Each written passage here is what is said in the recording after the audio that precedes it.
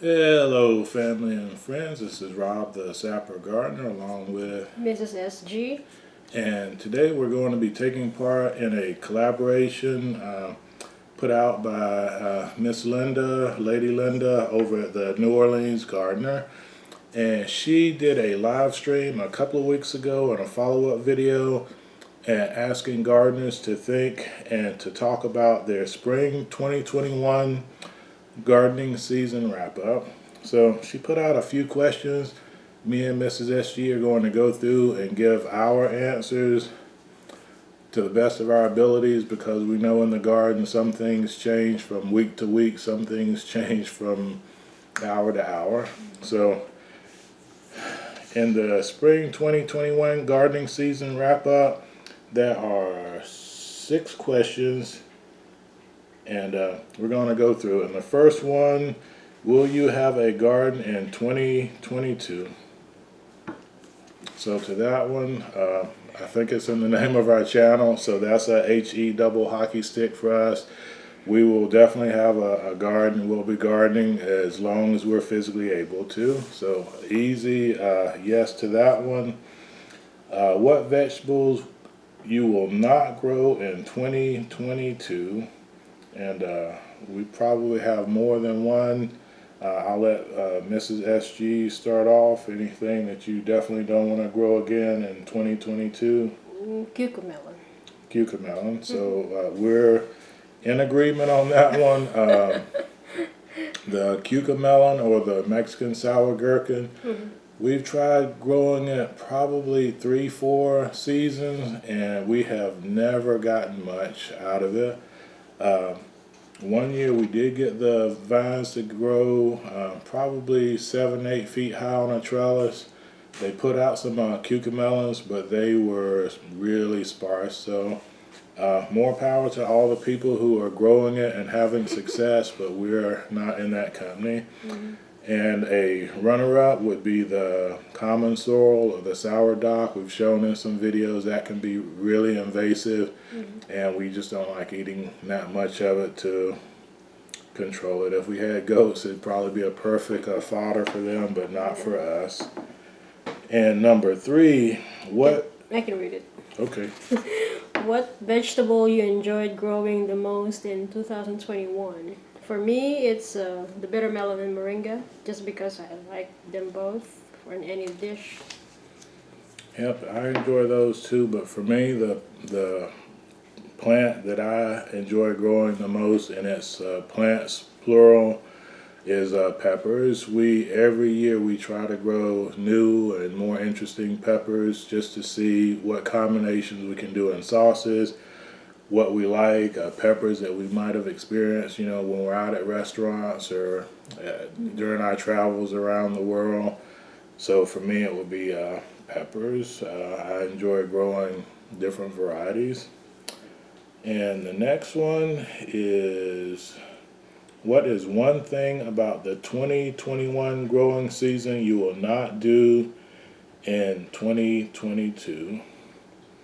And I guess I can talk about that one. And that, well, really 2 things again. We will not relax on the weeding. We let the weeds catch up and overgrow again this year. In some parts of the garden we did good. In our inner garden, we actually did pretty good in our micro orchard 1, but our garage garden, she did good for a while, her and my son. And then once we took our garlic out of it and put more okra, we just we know okra doesn't take a lot of tending to, but the weeds have grown up. So that's one of the areas. And our micro orchard 2 is just overgrown. So we're still fighting to get that looking the way we want it. And the other thing is also on me, and that's not to challenge Mother Nature. Again, this year I took some starts out too early in the spring. We got a frost, and that was just money wasted. And no gardener, wants to waste money unnecessarily. So don't relax on the weeding, and don't challenge Mother Nature, because Mother Nature will 99.99% of the time will win. You want to get the next one? Yes. Name 3 vegetables you have never grown but will grow in 2022. I say the chayote and banana, just because the boys like to eat bananas. It's just a healthy fruit, and chayote is something that I grew up eating, and every time I see them at the store, I try to get at least one. Yeah, and one of our friends, Marie's Country Living, she's another Filipina, and I think she's in Tennessee, and in a similar grow zone, 7A or 7B to us, and she's successfully grown it, so we're going to try to grow it, and we may, have to start it off indoors like we do our sweet potatoes and then move it out, but I believe she overwintered hers either in pots in the garage or a greenhouse. I can't remember exactly, but she has some success with overwintering, so we're going to try that. And it's just another great root vegetable that we'll like to try. And Mrs. SG also had mentioned about the bananas. There is a variety that's supposed to do well in pots. I believe it's the Cavendish banana that we may try and see if we can grow that indoors. Maybe put it on the patio in the warm months and then bring it back in. So Is that the same banana that we deep fried, the green bananas? I don't think so. I think that's the plantain. So yeah, we'll have to look and see before 2022 gets here, but we'll be trying. Yeah. And another thing for me, again, is a multitude of new pepper plants. Some of these I've shown on a mail call, some I have not, but we're always looking to find new pepper varieties. I did show the Yatsufusa, Japanese hot pepper, I believe on our last mail call, but yeah, peppers and not just one. We're trying apple pepper, which we saw, I believe it was on our friend UT 33200's channel, and I may be wrong. I watch so many different channels and videos and get inspiration from so many different gardeners. Sometimes I forget. And we also got a Joe's Long Cayenne pepper that we'll be growing, Tequila Sunrise, an orange hot pepper, Chaliano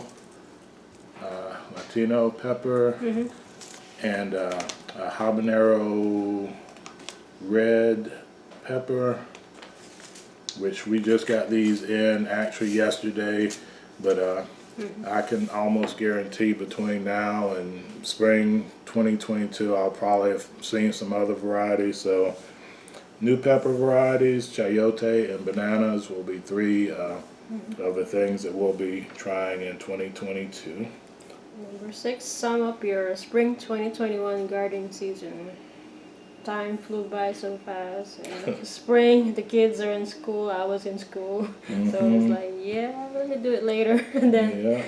that's gone. Yeah, but thankfully she's finished her schooling. She graduated a couple of months ago. And for me, it's just a lot of successes and lessons learned this year. We are always happy when we get plants that we don't expect much from, and then, boom, grow it up. That may be our new motto, boom, grow it up. Like the peaches. Yeah, we have plants that, don't do so well year after year. You get some fruit, it drops. And then suddenly, like the kiwi last year, we go out there not expecting much, and then boom, it's loaded down about to break the trellis with fruit. So a lot of successes and some lessons learned, some things that we've done that Not a lot of rabbit chasing. yeah, we have definitely got better with the pest control, spraying our trees, spraying the neem oil, putting out the treatment for fleas and ticks. We've been doing a regimen with the milky spore powder for the last probably 4 or 5 years, maybe longer than that. And the first year we did it, Japanese beetles everywhere. Second year, it looked like they were, going down, and Japanese beetles everywhere. But last year, we saw a little bit of a improvement, and this year, there's still Japanese beetles because I mentioned on our internet cousin, Broke Farmer 76's video. You put it down, you don't see results right away, you know, the first 2-3 years, and then it gradually you start to see a reduction in the pest pressure, because even though the milky spore is it affects the Japanese beetle grub on your property, we all know, and we're filming this in a thunderstorm, so you may see some flashes. And you may see me get distracted because there's lightning out there. But the Japanese beetles will still fly into your garden from your neighbor's property. But each year that you do it, it affects the Japanese beetle grub. It kills them. It multiplies. It spreads out in the soil. So eventually it spreads out away from just your yard to some of the surrounding areas.